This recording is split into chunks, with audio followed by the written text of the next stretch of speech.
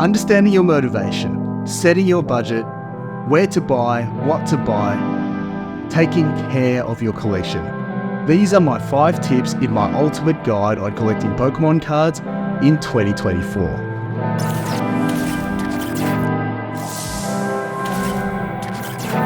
What's up Pokemon fans, it's Nidovid, and today we are diving into the ultimate guide on how to collect Pokemon cards in 2024. Stick around because I've got some valuable tips for you throughout this video. Let's get started. Number 1, understanding your motivation. Before diving into the world of Pokemon and collecting, take a moment to reflect on why you're getting into this hobby. For many, the allure lies in completing a specific series or expansion set. Each set features a unique selection of Pokemon cards and artwork, making it a thrilling quest to gather and collect them all. Another motivation stems from playing the Pokemon trading card game. So as you collect more cards, you can broaden your options for building strategic decks. The TCG heavily relies on strategy, and having a diverse collection, including rare and powerful cards with special abilities, can give you a significant advantage in playing the trading card game. Some collectors, however, are driven by a love for specific Pokemon characters, like Squirtle, Bulbasaur, Pikachu, or Charmander. And for them, collecting Pokemon cards is a nostalgic journey, a way to relive cherished childhood memories. It's not just about completing a series, it's about holding onto those beloved characters as well.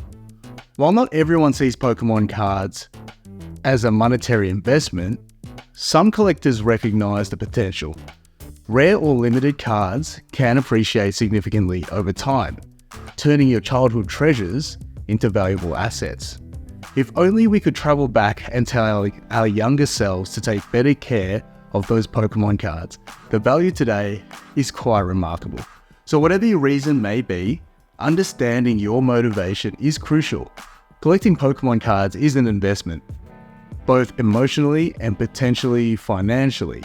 So knowing your goal will guide you as you navigate the thrilling, yet sometimes costly, world of Pokemon card collecting.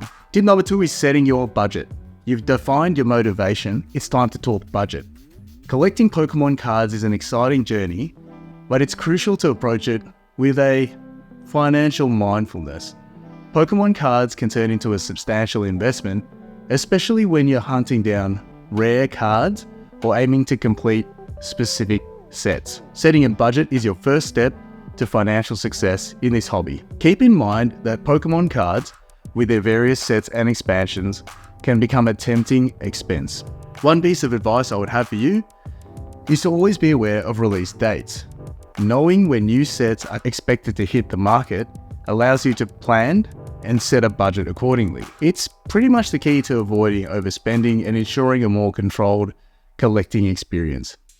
And here's a pro tip for all the new collectors out there. Check out the website justinbasil.com. The site provides valuable insights into the release dates of different sets, both in English and in Japanese. So armed with this information, you can strategically plan how much you might need to spend based on your collection goals. So as you embark on your Pokemon card collecting journey, remember to set a budget, stay informed about release dates, and explore various buying options. It's the key to making your collection experience not only enjoyable, but financially sustainable. So now that we know what we're going to spend, it's time to decide where to buy. In your journey, your local card store can be your best friend. A quick Google search can help you locate one in your area. These stores are not just places to buy cards, but they're hubs of knowledge and community. Local game stores are excellent for seeking advice in person, meeting fellow collectors, and even engaging in some solid trades. Given the variety of new Pokemon cards and Pokemon cards available, pre-built decks or Elite Trader boxes or booster bundles or booster boxes or ultra premium collections, and many more products, having someone to guide you through the different options is invaluable to a new collector. Another place worth exploring is just joining Pokemon card Facebook groups in your area. These online communities serve kind of like virtual local game stores, providing platforms to learn about upcoming products, discuss the merits of different sets, and engage in buying, selling, and trading. Of course, there's always eBay. It is a convenient marketplace, and winning an auction might save you a few dollars. Just keep in mind that the downside of eBay is the lack of direct advice on whether a particular deal is worthwhile. And also, don't overlook big box retailers like Kmart, Target, EB Games or GameStop. They're reliable sources for buying Pokemon cards. The next tip is to choose your cards. So now you've got your budget sorted and you know where to find cards, but let's talk about making the right choices for a beginner collection. As a collector in 2024, you've got an abundance of options and making informed decisions is crucial. So for those starting out, one of my top recommendations is to kick off your collection with an Elite Trainer box. Specifically, if you can consider the Crown Zenith Elite Trainer box, which has been in the market for about 12 months as of this video. Alternatively, keep an eye out for the Elite Trainer box from the upcoming English set at the time of this recording, Paldean Fates. These boxes are a fantastic entry point. They typically contain 9 to 10 packs of cards, providing you with a substantial boost to your collection right from the get-go. Crown Zenith seems to have a pretty decent hit rate, which means the likelihood of getting some really good cards in each pack seems to be quite high. Plus, they come with valuable accessories to enhance your Pokemon trading card game experience and some sweet card sleeves for protecting your cards, but more on protecting cards later. Now, I do have one other product that I'd like to recommend, but before I dive deeper into that recommendation, I'd appreciate it if you could show some love for this video. So if you don't mind hitting that like button and subscribing, it really helps the channel out a lot. Now, for those of you with a little bit more budget and a deep nostalgia for the good old days, 1999, I have another recommendation, and that is the Scarlet and Violet Booster Bundle. This set, Scarlet and Violet, is a nostalgic trip featuring the original 151 Pokemon, and the set is arranged in Pokédex order, the first time in history that a set encompasses all of the Gen 1 Pokemon. A collector's dream showcasing amazing secret rare cards and Pokemon. So if you're an OG Pokemon fan, this is the product for you.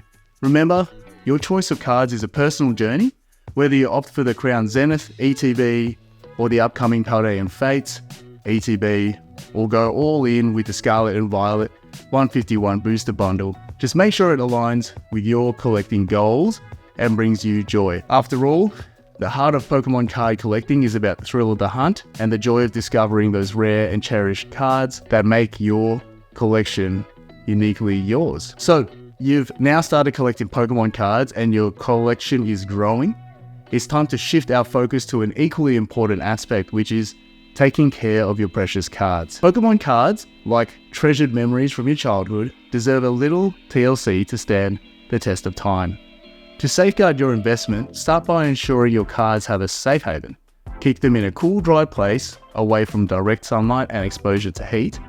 A simple shelf or a dedicated binder can be a game changer in preserving the quality of your cards. The ETB, the product that I mentioned just earlier, comes with individual card sleeves, often referred to as penny sleeves or soft sleeves. These are not just for show, they serve as a protective layer, preventing cards from wear and tear over time. I highly recommend getting some of these for your entire collection. For those extra valuable cards in your collection, consider taking it up a notch with top loaders.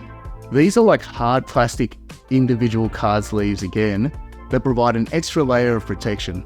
Think of them as armor for your most prized Pokemon cards. Maintaining the condition of your cards isn't just about keeping them physically safe, it's also about keeping them organized. So proper storage helps prevent bending, creasing, or crushing.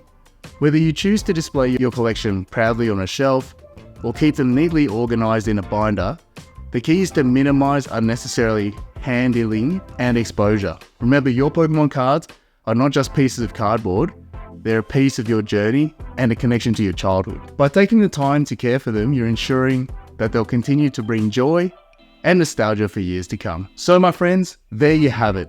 A comprehensive guide to collecting Pokemon cards in 2024. From understanding your motivation to setting a budget, choosing the right cards, and now taking care of your collection, you're well equipped to navigating this exciting world of Pokemon card collecting. And as we wrap up, I want to say thank you to you guys. If you found this video helpful, please consider giving it a thumbs up and subscribing. It goes a long way in supporting the channel. Stay tuned for more content throughout this year. I want to be covering topics like grading, making money in this hobby, and how to understand the value of your cards. Don't miss out, hit that subscribe button. And if you are super keen and want to get into collecting right now but have no budget, be sure to check out this video on how to get free Pokemon cards right now. And until next time, happy collecting.